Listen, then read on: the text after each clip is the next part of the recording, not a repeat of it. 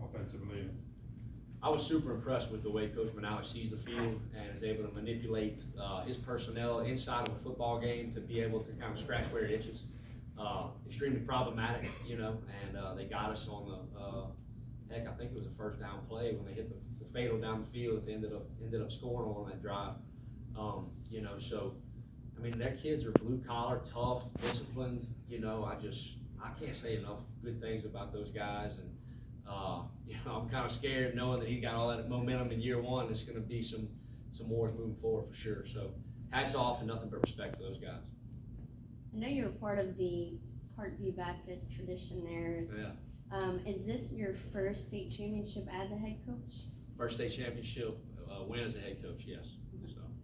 So, Coach Giat's up there in heaven. You know, we got 5 guys that either played or coached with Coach Giat, and you know, Matt Shelton, who's our offensive line coach, does a phenomenal job, and he put a big post on Facebook with a picture of Coach Giat in his old school hat, you know, just looking grumpy on the sideline, and you know, I just know that he's so fired up about what we're doing down here. That was a physical, hard-nosed football game, and he'd be proud that our kids persevered through. What was it like to play in this atmosphere and the crowd and everything tonight? It's huge, man, you know, and we got to watch a little bit of the St. Charles and Lafayette Christian game, you know, and just we knew that there was about 3,000 people in the stands, and we knew that there was like 8,000 or 9,000 tickets pre-sold for our game. So we knew it was going to be loud and hype. Jesuit student section was awesome. Our student section was awesome, and thought we did a great job of riding the momentum, and, you know, we really didn't hiccup for the big moment, you know. We kind of took a one-play mentality, and kids did a great job with that. How it is for you to be part of 2 different traditions, Parkview Baptist and now Catholic High. I mean, you come from Coach Giat, but not just that, you know, Catholic High, Dale Weiner. I mean, a lot of history from that school. How it feels to be a part of 2 different traditions like that. Well, I mean, I'm so honored to be a part of the Catholic High tradition. I guess I'll start with the Parkview side of things. You know, this is the ring that I won as a player 20 years ago in 2001. You know, and Miss Robin was around covering us back then, and that was such a special year. It was the first state championship in Parkview's history.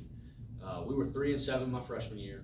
We had a different head coach. Coach Giat came in, and I think we went 8-3, 11-2, and 15-0.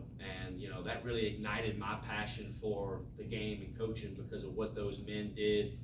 You know, not only on the football field, but the lives that they changed. And so that's the blueprint that I've taken throughout my whole coaching career. Then, you know, being called worthy of being in this position back in March when J.P. Kelly and Miss Lisa Harvey hired me, you know, I was in awe of the way that they just had an eye for excellence in everything they did, whether it be academics, athletics, the band, the bowling team, whatever it may be. So, you know, and I've just tried to live up to the legacy of the Dale Weiners and those guys that have come before us, Joe LeBlanc and the Ward Dunns, and just, you know, the guys that I know that are about the right things and want the game coached the right way. And we've tried to do it the right way, and our kids are great kids, and it's been a pleasure to be a part of. What's the discussion on the sideline with 9 minutes left? I mean, that's pretty ambitious to run all that time off. Is it No doubt. around 5 or? Yeah, you know, I mean, it started with, you know, we gotta find something that's working, you know. And if I remember right, the drive before we scored, and there was a holding penalty on, you know, so we felt like some of our we were starting to get a feel for them, maybe wear them down a little bit. So at that point in time, and I thought we got the 4th down conversion. I was going to try and challenge that. You know, probably a little gutsy call right there, but we didn't get dressed up for nothing. You know, we were going to come here and we're going to swing our sword and make sure that we didn't leave anything on the table.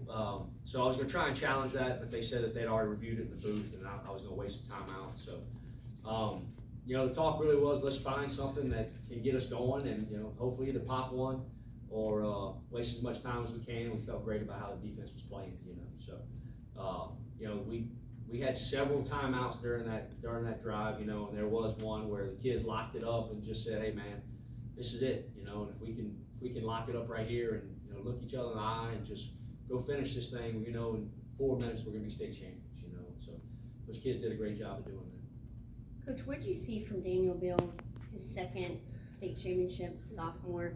Maybe not the night he anticipated, but still showed a lot of poise. Yeah, absolutely. You know, I think the touchdown pass was huge to Daniel Harden. He found a good situation right there. He makes good decisions for us, you know, to us, you know, with the offensive line and the stable of running backs we have. And he just needs to keep us ahead of the chains, make some good decisions in the RPO game, which he does.